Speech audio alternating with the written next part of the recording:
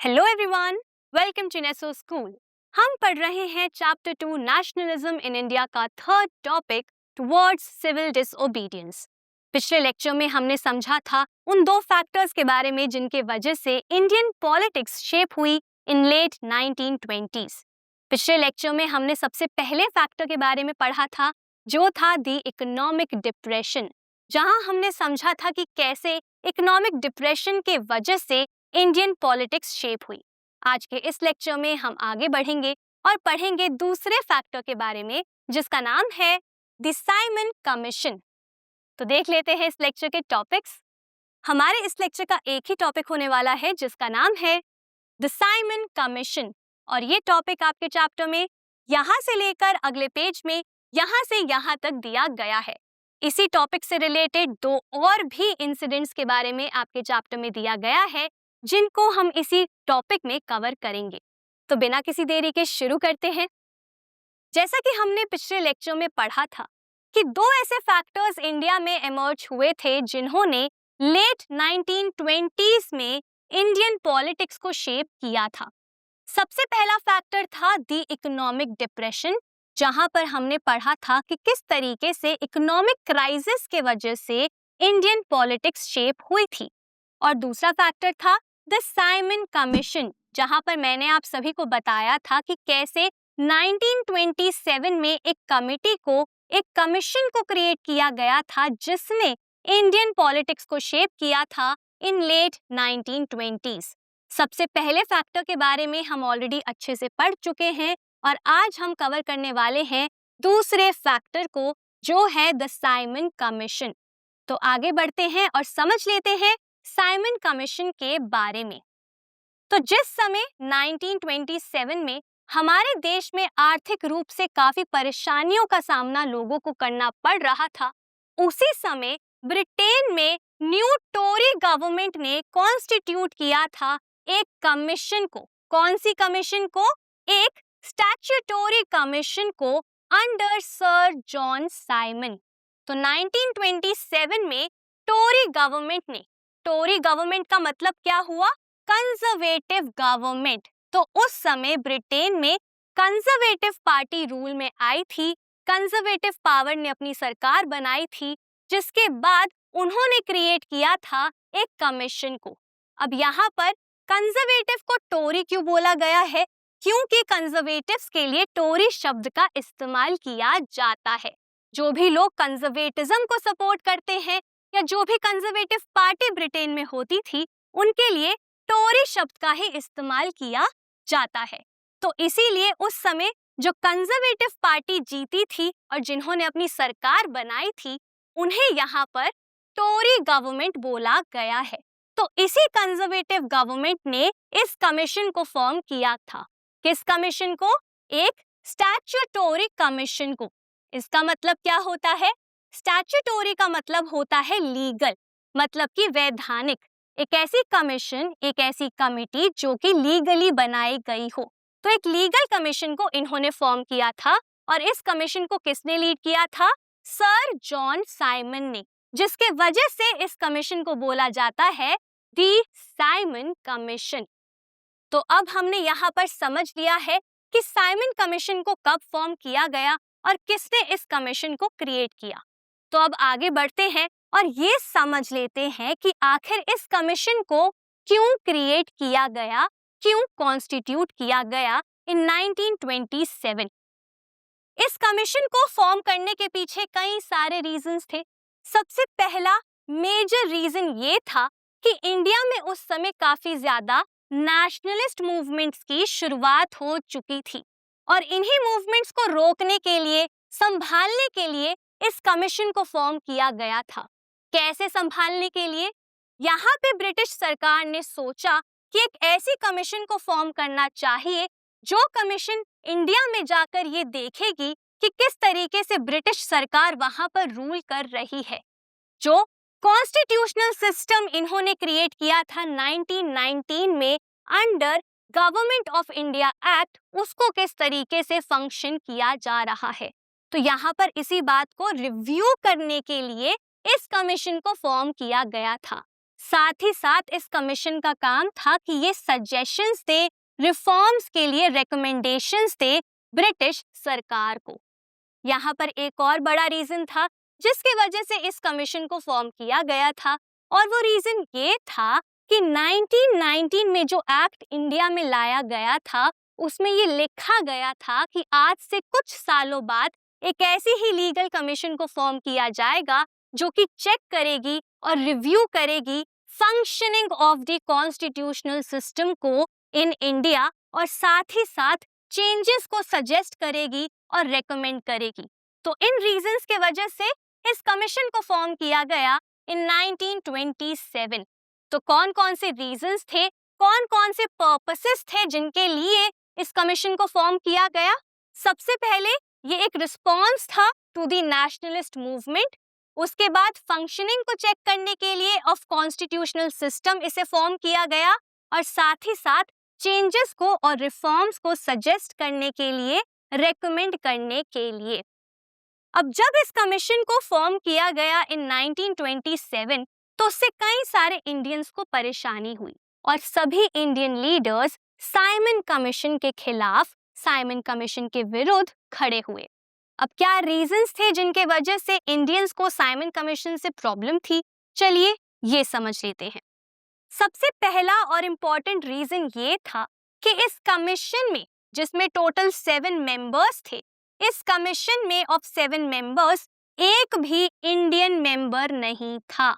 तो सबसे बड़ी प्रॉब्लम इस कमीशन की क्या थी कि इस साइमन कमीशन में एक भी सिंगल इंडियन मेंबर नहीं था। इस कमीशन में सभी ब्रिटिशर्स थे, सारे ही ब्रिटिश मेंबर्स थे। इसीलिए इंडियंस को इस कमीशन से काफी ज्यादा प्रॉब्लम थी, क्योंकि इंडियंस का ये मानना था कि जिस कमीशन को आपने इंडिया के लिए बनाया है, जिस कमीशन को आपने इंडिया में रिकमेंडेशंस लाने के लिए, रिफॉर्म्स लाने के लिए बनाया है, कॉन्स्टिट्यूशनल सिस्टम को चेक करने के लिए बनाया है, इंडिया के फ्यूचर के लिए जिस कमीशन को आपने बनाया है, उस कमीशन में एक भी इंडियन क्यों नहीं है? तो इसी बात से प्रॉब्लम थी यहाँ पर इंडियन लीडर्स को, जिसके वजह से वो साइमन कमीशन के सख्त खिलाफ थे। एक और रीजन यहाँ पर प्रॉब्लम का ये भी था कि इंडियन लीडर्स इस बात को जानते थे कि जिस सरकार ने इस कमीशन को क्रिएट किया है, मतलब कि जिस कंजर्वेटिव सरकार ने इस कमीशन को फॉर्म किया है, वो सरकार मोनार्की के सपोर्ट में है। आप सभी को याद होगा चैप्टर 1 में हमने कंजर्वेटिज्म के बारे में पढ़ा था, जहां हमने ये समझा था कि जो कंजर्वेटिव्स थे वो मोनार्कियल सिस्टम को सपोर्ट करते थे, ट्रेडिशंस को सपोर्ट करते थे, और जो रिफॉर्म्स के, चेंज के खिलाफ थे। तो यहाँ पर इंडियंस को भी इस बात का डर था कि जो कंजर्वेटिव गवर्नमेंट है जिसने यहाँ पर इस कमीशन को फॉर्म किया है, वो कंजर्वेटिव गवर्नमेंट चाहती है कि ब्रिटिश एम्पायर बना रहे और ब्रिटिश एम्पायर का जो कंट्रोल है इंडिया में वो बरकरार रहे। इसीलिए वो कोई भी चेंज आने ही नहीं देगी इंडिया के अंदर, और इसी वजह से इंडियंस को इस कमीशन से प्रॉब्लम थी। तो यहाँ पर हमने समझ लिया है कि कब इस कमीशन को फॉर्म किया गया, क्यों फॉर्म किया गया, और क्या प्रॉब्लम्स थी इस कमीशन में। अब चलिए आगे बढ़ते हैं और समझ लेते हैं कि जब ये कमीशन इंडिया में आई तो क्या हुआ। तो 1927 में साइमन कमीशन को क्रिएट किया गया और 1928 में ये कमीशन इंडिया में आई। लेकिन इंडिया में इस कमीशन का स्वागत किया गया स्लोगन्स के साथ जो थे गो बैक साइमन। तो जब ये कमीशन इंडिया आई इन 1928 तो इंडियंस ने इस कमीशन का स्वागत किया प्रोटेस्ट के साथ, डेमोन्स्ट्रेशंस के साथ, आंदोलन के साथ, जहां पर उन्होंने नारे लगाए गो बैक साइमन के, जहां पर उन्होंने ये कहा कि ये कमीशन जो बनाई गई है इंडियंस के लिए, इसे वापस भेज दिया जाए ब्रिटेन में। तो यहाँ पर ये famous slogan go back Simon लगाया गया, लोगों ने इसके नारे लगाए साइमन कमीशन के अगेंस्ट। कब? इन 1928, क्योंकि सभी इंडियंस इस कमीशन के खिलाफ थे। अब इन प्रोटेस्ट में एक खास बात थी। वो खास बात क्या थी कि इन सभी मूवमेंट्स में, इन सभी प्रोटेस्ट में, डेमोन्स्ट्रेशंस में सभी पार्टीज ने पार्टिसिपेट किया, सभी पार्टीज ने हिस्सा लिया। तो चाहे वो कांग्रेस पार्टी हो या चाहे वो मुस्लिम लीग हो, सभी पार्टीज ने यहाँ पर यूनाइटेड होकर, एकजुट होकर डेमोन्स्ट्रेशंस में हिस्सा लिया, पार्टिसिपेट किया और साइमन कमीशन के विरुद्ध वो सभी साथ में खड़े हुए और नारे लगाए। और यही खास बात थी इन प्रोटेस्ट की, क्योंकि इनके वजह से, इस कमीशन के वजह से कहीं ना कहीं इंडिया की जो पॉलिटिकल पार्टीज थी, जिनके डिफरेंट ओपिनियंस थे, वो सभी साथ में आए और उन सभी ने इन डेमोन्स्ट्रेशंस में हिस्सा लिया। अब यहाँ पर इस टॉपिक में एक इंसिडेंट के बारे में आपके चैप्टर में दिया गया है, जो उस वक्त का है जब साइमन कमीशन के अगेंस्ट एक डेमोन्स्ट्रेशन को ऑर्गेनाइज किया गया था इंडिया में। तो चलिए इस इंसिडेंट को समझ लेते हैं। तो लाला लाजपत राय, जो कि एक क्रांतिकारी थे, हमारे देश के काफी बड़े रेवोल्यूशनरी थे, इन्होंने भी एक पीसफुल डेमोन्स्ट्रेशन में हिस्सा लिया था अगेंस्ट द साइमन कमीशन। लेकिन फिर उस डेमोन्स्ट्रेशन में ब्रिटिश पुलिस आती है और लोगों के ऊपर लाठी चलाना शुरू कर देती है, जिसके वजह से लाला लाजपत राय को काफी ज्यादा इंजरीज होती हैं, उन्हें काफी ज्यादा चोटें लगती हैं और वो उन इंजरीज के सामने हार जाते हैं और इनकी मृत्यु हो जाती है। तो यहाँ पर इस इम्पॉर्टेंट इंसिडेंट के बारे में आपके चैप्टर में दिया गया है, जिसके बारे में आप सभी को पता होना चाहिए।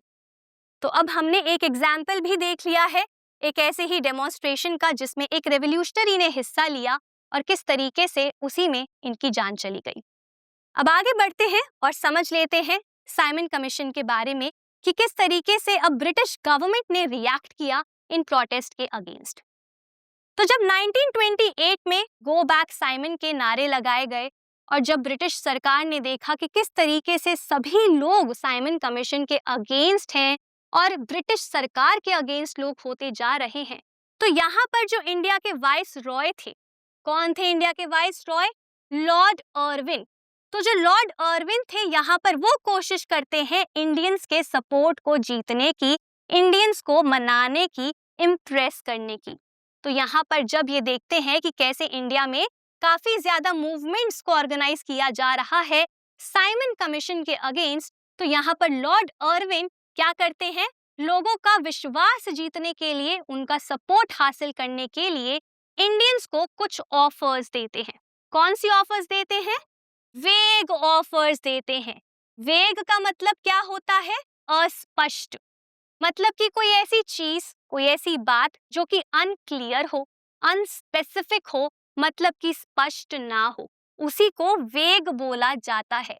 तो यहाँ पर ये दो वेग ऑफर्स देते हैं, प्रस्ताव देते हैं, प्रस्ताव रखते हैं इंडियंस के सामने in October 1929 in order to win Indians का ट्रस्ट।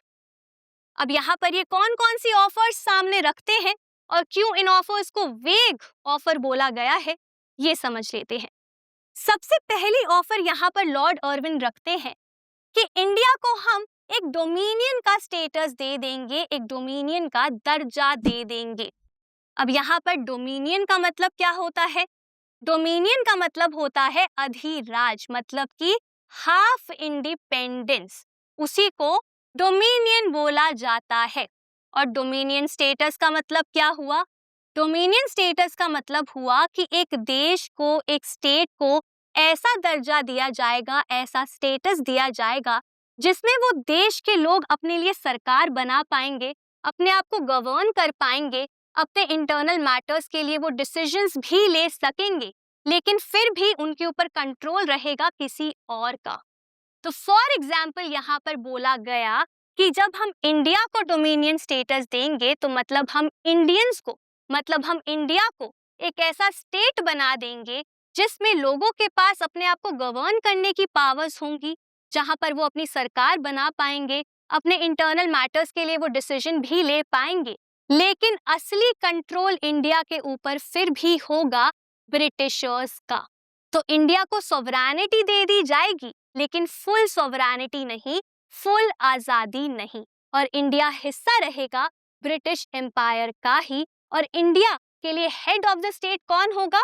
किंग या फिर क्वीन।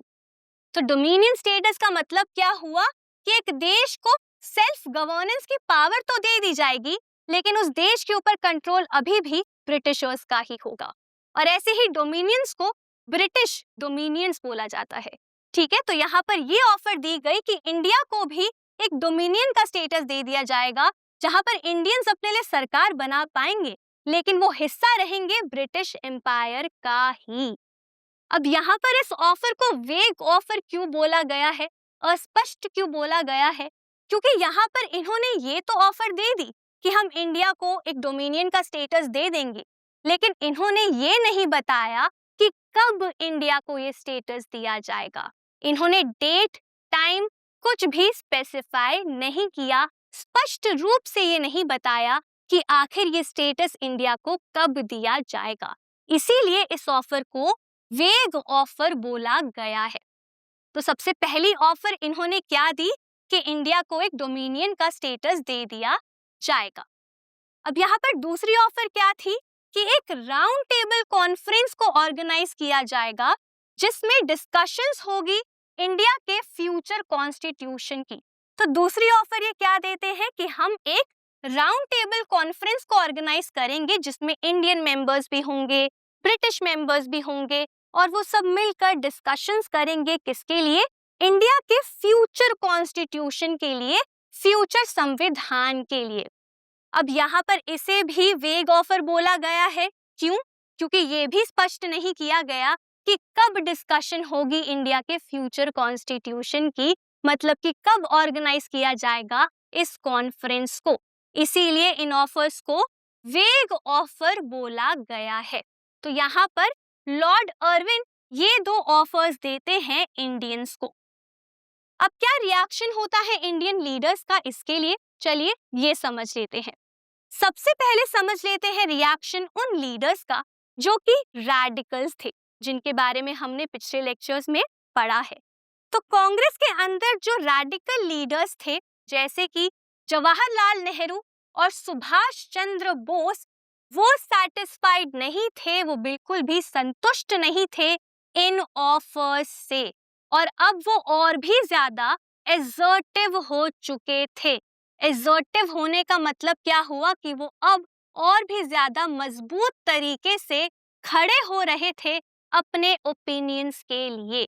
अब यहाँ पर ये और भी ज्यादा इस बात को पुश कर रहे थे कि हमें हाफ इंडिपेंडेंस नहीं चाहिए, हमें तो फुल इंडिपेंडेंस ही चाहिए, हमें तो हमारे देश के लिए पूर्ण स्वराज ही चाहिए। तो यहाँ पर जो रैडिकल लीडर्स थे कांग्रेस के, वो सैटिस्फाइड नहीं थे इन ऑफर्स से, और अब वो कहते हैं कि नहीं, हमें तो फुल इंडिपेंडेंस ही चाहिए, हाफ इंडिपेंडेंस हम नहीं लेंगे, हम डोमिनियन का स्टेटस अपने देश के लिए नहीं लेंगे। तो ये थे कुछ लीडर्स जो कि इसके ऑपोजिशन में थे। अब बात करते हैं कुछ लीडर्स की जो कि ऑपोजिशन में नहीं थे, और ये लीडर्स वो थे जो कि लिबरल्स थे या फिर मॉडरेट्स थे। लिबरल्स का मतलब क्या होता है? इसका मतलब होता है उदारवादी सोच रखने वाले, मतलब कि वो लोग जो कि आजाद सोच रखते हैं, ठीक है, जो कि ओपन माइंडेड होते हैं, उन्हीं को लिबरल्स बोला जाता है, जो कि लिबरल आइडियाज को सपोर्ट करते हैं। ठीक है, मॉडरेट्स किनको बोला जाता है? जो किसी भी एक्सट्रीम साइड पर नहीं होते हैं, जो एक बैलेंस्ड अप्रोच रखते हैं, ठीक है, एक स्टेबल, एक बीच की अप्रोच अपनाते हैं, उनको मॉडरेट्स बोला जाता है। तो जो हमारे देश के लिबरल्स थे या मॉडरेट्स थे, वो इस बात को प्रपोज कर रहे थे कि हमें एक ब्रिटिश डोमिनियन बन जाना चाहिए, और फिर हमारे डोमिनियन के अंदर हम क्रिएट करेंगे हमारे कॉन्स्टिट्यूशनल सिस्टम को। तो जो लिबरल्स थे और जो मॉडरेट्स थे, वो प्रपोज कर रहे थे कि हम एक ब्रिटिश डोमिनियन बनेंगे, और फिर उसमें हम अपने लिए एक कॉन्स्टिट्यूशनल सिस्टम को क्रिएट करेंगे। ठीक है, तो शुरुआत में कई सारे लोग इनको सपोर्ट करते हैं, इनका काफी प्रभाव होता है लोगों के ऊपर, लेकिन धीरे धीरे इनका इन्फ्लुएंस, इनका प्रभाव कम हो जाता है, और अब लोग सपोर्ट करने लगते हैं रैडिकल लीडर्स को। तो यहाँ पर हमने ये भी समझ लिया है कि क्या क्या ऑफर्स दी लॉर्ड अर्विन ने इंडियंस को, और किस तरीके से इंडियन लीडर्स ने रिएक्ट किया। अब चलिए आगे बढ़ते हैं और एक इम्पॉर्टेंट कांग्रेस सेशन के बारे में समझ लेते हैं, जो है दी लाहौर कांग्रेस। तो लाहौर में एक कांग्रेस का सेशन ऑर्गेनाइज किया जाता है दिसंबर 1929 में, जिसे बोला जाता है दी लाहौर कांग्रेस। अब यहाँ पर ये जो कांग्रेस की कॉन्फ्रेंस को, कांग्रेस के सेशन को ऑर्गेनाइज किया गया था, इसे लीड किसने किया था? इसे लीड किया था जवाहरलाल नेहरू ने। तो दिसंबर 1929 में कांग्रेस का लाहौर सेशन ऑर्गेनाइज किया जाता है, जिसे लीड करते हैं जवाहरलाल नेहरू। अब इस कांग्रेस सेशन में दो इम्पोर्टेंट डिसीजंस लिए जाते हैं। सबसे पहला डिसीजन यहाँ पर ये लिया जाता है कि अब हम स्ट्रगल करेंगे इंडिया के फुल इंडिपेंडेंस के लिए। तो अभी तक सिर्फ बातें करी जा रही थी इस बारे में कि हमें पूर्ण स्वराज चाहिए, हमें फुल इंडिपेंडेंस चाहिए, लेकिन अब ऑफिशियली इस बात को डिसाइड कर लिया गया था कि हम स्ट्रगल करेंगे फुल इंडिपेंडेंस के लिए, पूर्ण स्वराज के लिए। तो किस सेशन में ये डिसीजन लिया गया था कि अब इंडिया के लिए फुल इंडिपेंडेंस के लिए स्ट्रगल किया जाएगा? लाहौर कांग्रेस या फिर लाहौर सेशन ऑफ 1929। तो सबसे पहला डिसीजन यहाँ पे क्या लिया गया कि पूर्ण स्वराज के लिए अब हम लड़ेंगे। दूसरा डिसीजन यहाँ पे क्या लिया गया था? यहाँ पे ये डिसीजन लिया गया था कि 26 जनवरी 1930 के दिन, मतलब कि लाहौर कांग्रेस के सेशन के अगले ही महीने, कब? 26 जनवरी 1930 के दिन इंडिपेंडेंस डे को सेलिब्रेट किया जाएगा। अब ये इंडिपेंडेंस डे कौन सा था? यहाँ पर ये बोला गया कि 26 जनवरी 1930 के दिन हम एक प्लेज लेंगे, हम सब इंडियंस एक शपथ लेंगे। किस बात की शपथ लेंगे?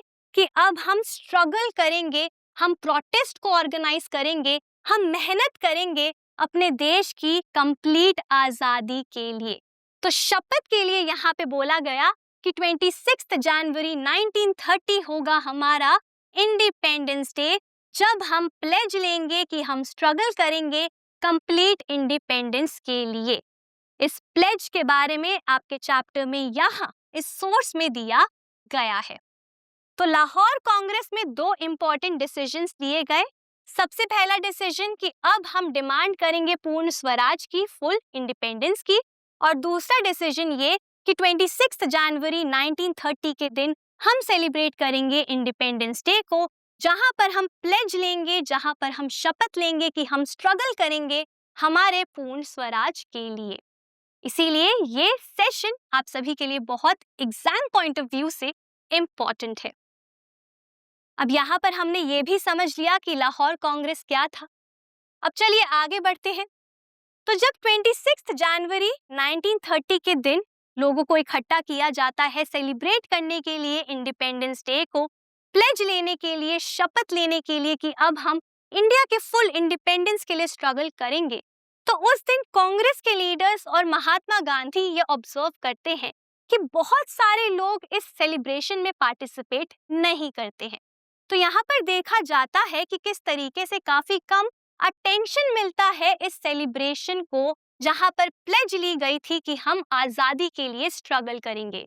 तो जब महात्मा गांधी ये देखते हैं कि कैसे बहुत कम लोग हिस्सा ले रहे हैं, पार्टिसिपेट कर रहे हैं ऐसे इवेंट्स में, तो महात्मा गांधी सोचते हैं कि हमें एक ऐसा रास्ता ढूंढना होगा जिसके थ्रू हम लोगों को आजादी का एहसास दिलाएंगे, जिसकी मदद से हम लोगों को एकजुट करेंगे, साथ में लेकर आएंगे और स्ट्रगल करेंगे हमारे पूर्ण स्वराज के लिए।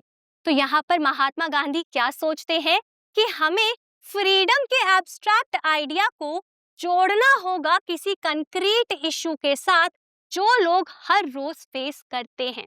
अब यहाँ पर एब्स्ट्रैक्ट आइडिया का मतलब क्या हुआ?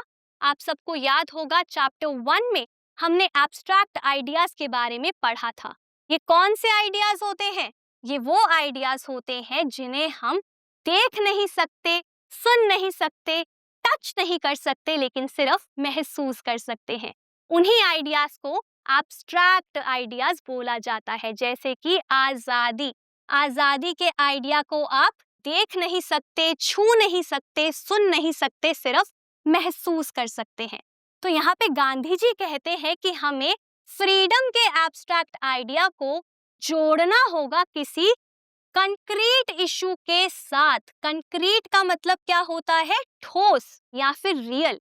तो हमें फ्रीडम के इस एब्स्ट्रैक्ट आइडिया को किसी ठोस मुद्दे के साथ जोड़ना होगा, जिस मुद्दे से सफर कर रहे हैं लोग हर रोज अपनी जिंदगी में। जब हम ऐसा करेंगे तभी लोग महसूस कर पाएंगे कि फ्रीडम का असली मतलब क्या होता है।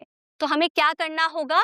हमें फ्रीडम को जोड़ना होगा ठोस मुद्दों के साथ, ताकि हम लोगों को फ्रीडम के आइडिया के साथ जोड़ सके और एकजुट कर सकें, ताकि लोग मिलकर स्ट्रगल करें देश के इंडिपेंडेंस के लिए, देश की आजादी के लिए। और यहीं से फिर शुरुआत होती है सॉल्ट सत्याग्रह की, जहां पर नमक को, सॉल्ट के इशू को लिया जाता है और उसके थ्रू फ्रीडम के आइडिया को उसके साथ जोड़ा जाता है और लोगों को एकजुट किया जाता है, जिसके बाद शुरुआत होती है सिविल डिसओबीडियंस मूवमेंट की, जिसके बारे में हम आने वाले लेक्चर्स में पढ़ेंगे। तो यहाँ पर हमने क्या समझा?